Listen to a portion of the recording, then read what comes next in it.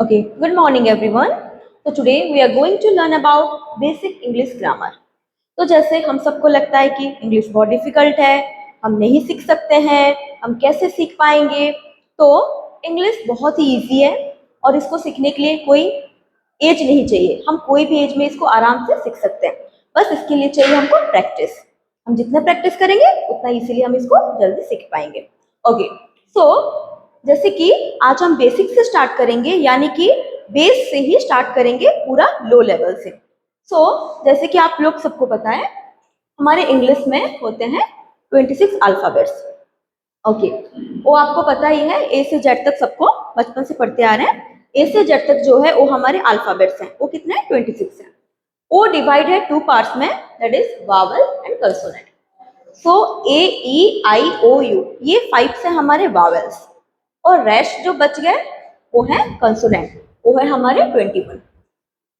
Okay, ये जो set of 26 letters हैं, हम जो लिखते हैं ए बी सी जी, ये जो हम लिख रहे हैं, ये जो सेट ऑफ 26 लेटर्स है, ये है हमारे अल्फाबेट्स। ये क्या कहलाते हैं? अल्फाबेट्स कहलाते हैं। ये टोटल जो सेट है ए से जेड तक, ये है अल्फाबेट्स। ओके, अभी ये जो इंडिविजुअल जैसे बी सी डी, जो भी इंडिविजुअली हम जो बोल रहे हैं ए बी सी जी, ये है हमारे लेटर्स, ये है letters. Okay, so group of alphabets.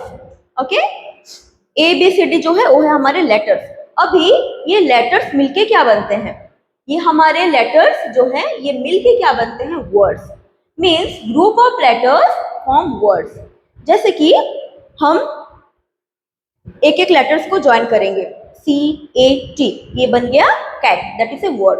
तो अगर हम बात करेंगे तो एक एक लेटर मिलके बनते हैं वर्ड, जिसका कुछ मीनिंग हो या सेंस हो। ऐसा नहीं कि आप लिख देंगे ए प्लस बी ये बन जाएगा वर्ड। नो, उसका कुछ मीनिंग या सेंस होना चाहिए।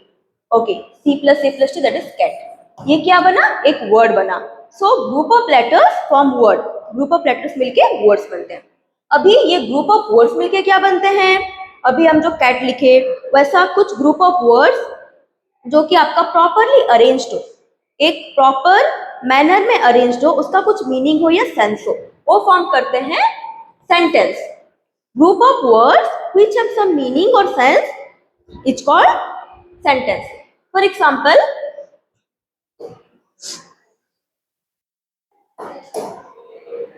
ओके,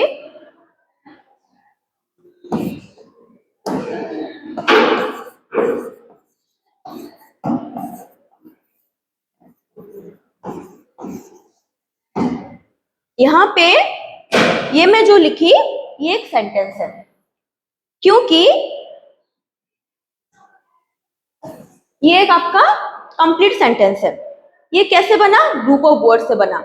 ये एक वर्ड है, ये एक वर्ड है, ये एक वर्ड है, ये। तो ग्रुप ऑफ वर्ड से हमारा बना क्या? A sentence. बट क्या होना चाहिए? Group of words arrange properly and have some sense और मीनिंग। और हमेशा याद रखिएगा ये कैपिटल से स्टार्ट होता है और फुल स्टॉप में एंड होता है, तब जाके ये करेक्ट सेंटेंस कहलाएगा। अगर मैं यहाँ पे लिखूंगी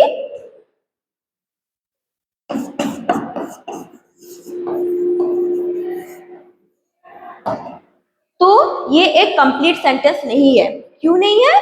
ना ही इसका कुछ मीनिंग है, ना ही प्रॉपरली अरेंज्ड है, ना ही यहाँ पे फुल स्टॉप लगाया गया है। तो ये एक करेक्ट सेंटेंस नहीं है। एक सेंटेंस कब करेक्ट कहलाएगा? जब वो कैपिटल से स्टार्ट होगा, फुल स्टॉप में एंड होगा, प्रॉपरली अरेंज्ड होगा एक करेक्ट मैनर पे, और उसके कुछ मीनिंग हो गया। This is A correct sentence. अब हम आएंगे ग्रुप ऑफ सेंटेंस से क्या बनता है। जैसे आपका ग्रुप ऑफ लेटर से बने वर्ड्स, ग्रुप ऑफ वर्ड से लेटर से बने वर्ड, वर्ड से बने सेंटेंस, और सेंटेंस से बनेगा स्पीच या पैराग्राफ या पैसेज। जब हम ग्रुप ऑफ वर्ड्स को, जब हम ग्रुप ऑफ सेंटेंस को एक साथ बोलेंगे एक प्रॉपर मैनर में, जिसका कुछ मीनिंग होगा, जब हम बोल रहे हैं वो स्पीच कहलाएगा, जब हम उसको लिख रहे हैं वो एक पैराग्राफ या पैसेज कहलाएगा। ओके, तो और एक बार मैं रिकॉल करा देती हूँ। ग्रुप ऑफ लेटर्स से बनते हैं वर्ड्स, ग्रुप ऑफ वर्ड से बनते हैं सेंटेंस, और ग्रुप ऑफ सेंटेंस से बनते हैं स्पीच। ओके, अभी हम जो स्पीच की बात कर रहे हैं, स्पीच मतलब होता है बोलना।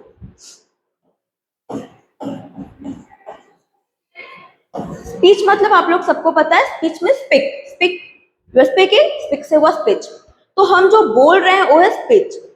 और ये जो स्पीच है, ऐसा तो नहीं है ना कि हम एक ही टाइप का बात बोलते हैं, हम बहुत अलग अलग डिफरेंट टाइप का वर्ड हो या सेंटेंस हो बोलते हैं।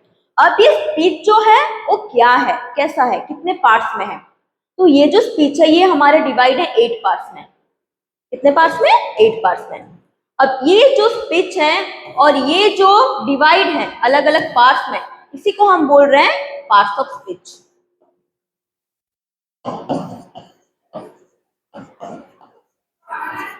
ओके, सो नाउ सी, ये है हमारे पार्ट्स ऑफ स्पीच।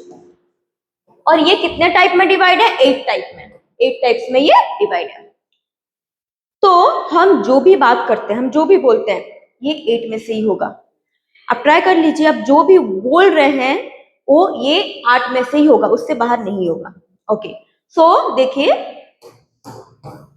पहले है हमारा नाउन। आप लोग सब कोई बचपन से पढ़ते आ रहे हैं अबाउट नाउन। ओके, तो पहला पार्ट ऑफ स्पीच है noun. So what is noun? Noun क्या है? नाउन है एक नेमिंग वर्ड। और name, noun means name. Name तो है बट किसका नेम है? Okay, so name of a person, place और thing.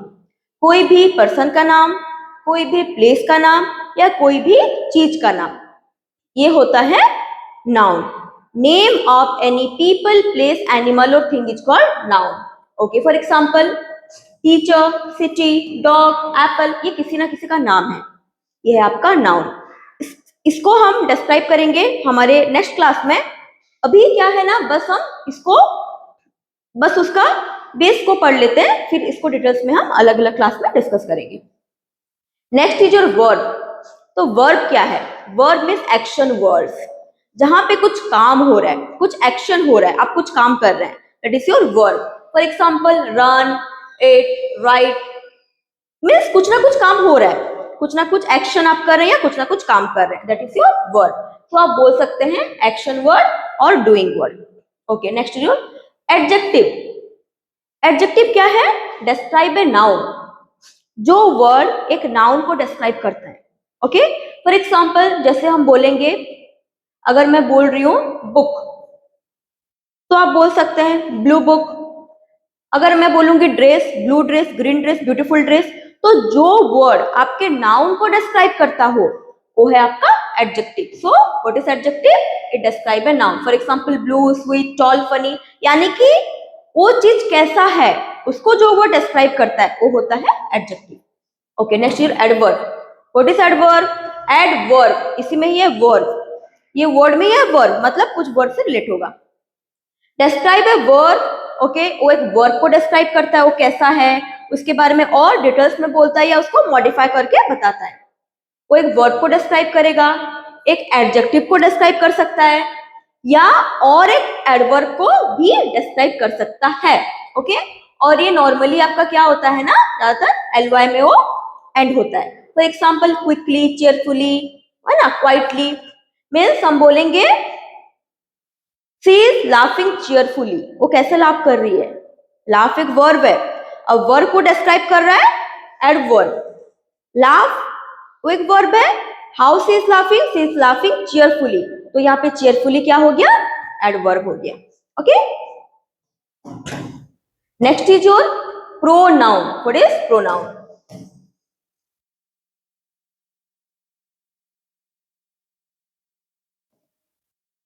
Okay, so listen here, what is pronoun? यहीं पे ही नाउन है, मतलब उसका लिंक कुछ नाउन से ही होगा। Takes the place of a noun, यानी कि the word which we use in place of a noun, जो वर्ड को हम नाउन के बदले में यूज करते हैं, in place of a noun हम यूज करते हैं, वो होता है pronoun. He, she, it, they, we, you. जैसे कि मैं बोलूंगी राम, राम एक नाउन है, एक बॉय का नाम है।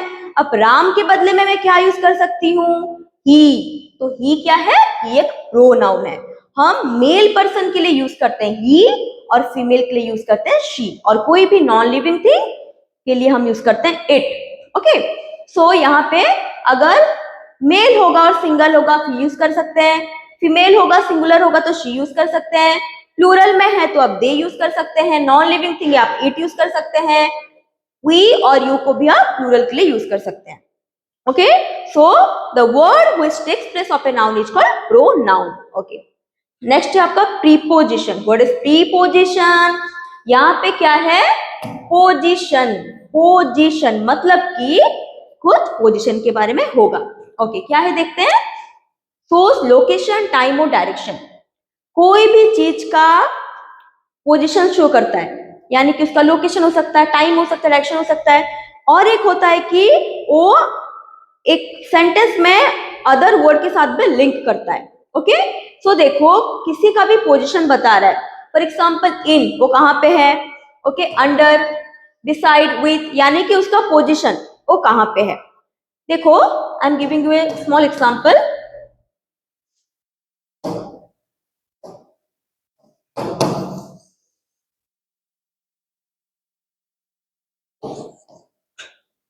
अगर मैं एक सेंटेंस लिखती हूं,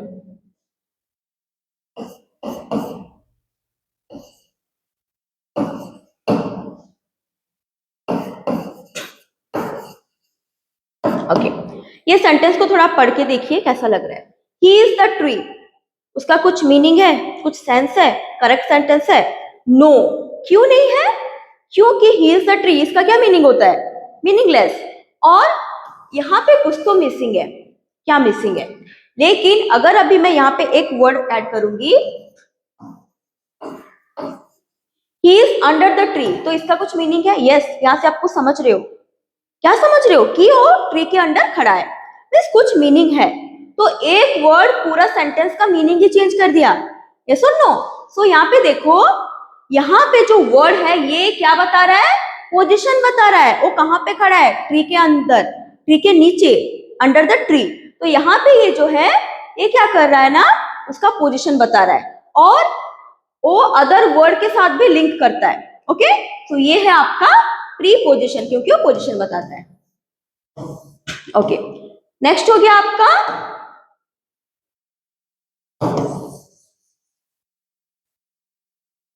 conjunction. Okay, what do you mean by conjunction?